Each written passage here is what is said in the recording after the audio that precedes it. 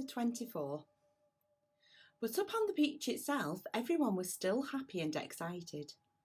"I wonder where we'll finish up this time," the earthworm said. "Who cares?" they answered. "Seagulls always go back to the land sooner or later."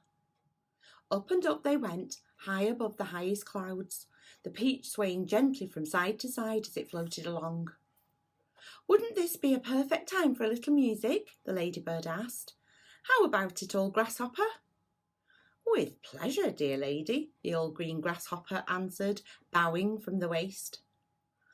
"Oh, hooray! He's going to play for us," they cried, and immediately the whole company sat themselves down in a circle around the old green musician, and the concert began.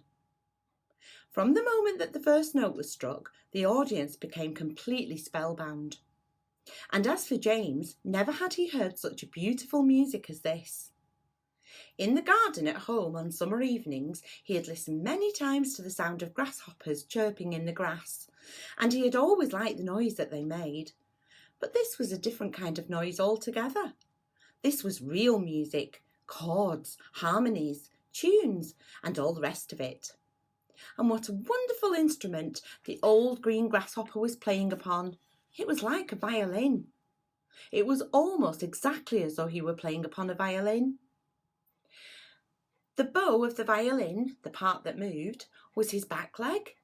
The strings of the violin, the part that made the sound, was the edge of his wing. He was using only the top of his back leg, the thigh, and he was stroking this up and down against the edge of his wing with incredible skill. Sometimes slowly, sometimes fast, but always with the same easy flowing action. It was precisely the way a clever violinist would have used his bow. And the music came pouring out and filled the whole blue sky around them with magic melodies. When the first part was finished, everyone clapped madly, and Miss Spider stood up and shouted, "Bravo! Encore! Give us some more!"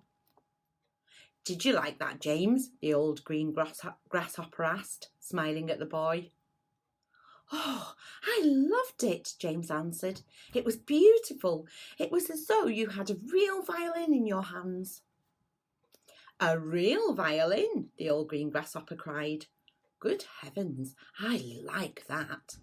My dear boy, I am a real violin. It's a part of my own body." "But do all grasshoppers play their music on violins the same way you do?" James asked him. "No," he answered, "not all. If you want to know, I happen to be a short-horned grasshopper. I have two short feelers coming out of my head. Can you see them? There they are. They're quite short, aren't they? That's why they call me a shorthorn. And we shorthorns are the only ones who play our music in the violin style using a bow. My longhorned relatives, the ones who have long curvy feelers coming out of their heads, make their music simply by rubbing the edges of their two top wings together. They are not violinists, they're wing rubbers, and a rather inferior noise these wing rubbers produce too, if I may say so. It sounds more like a banjo than a fiddle. "How fascinating this all is," cried James. "And to think that up until now I had never even wondered how a grasshopper makes his sounds."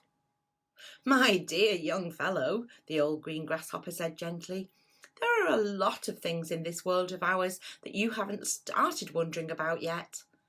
Where, for example, do you think I keep my ears?" "Your ears? Why, in your head, of course." Everyone burst out laughing. "You mean you didn't even know that?" cried the centipede. "Try again," said the old green grasshopper, smiling at James. "You can't possibly keep them anywhere else." "Oh, can't I? Well, I give up. Where do you keep them?" "Right here," the old green grasshopper said. "One on each side of my tummy." "It's not true." "Of course it's true. What's so peculiar about that?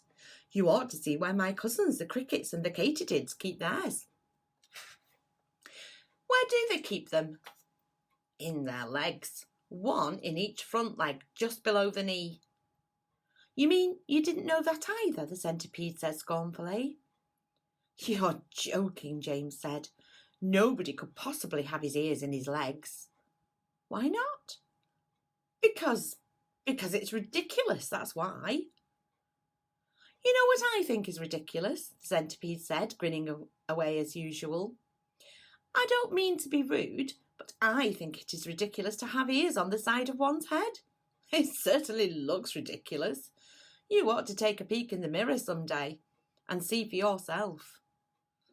Pest, cried the earthworm. Why must you always be so rude and rambunctious to everyone? You ought to apologise to James at once.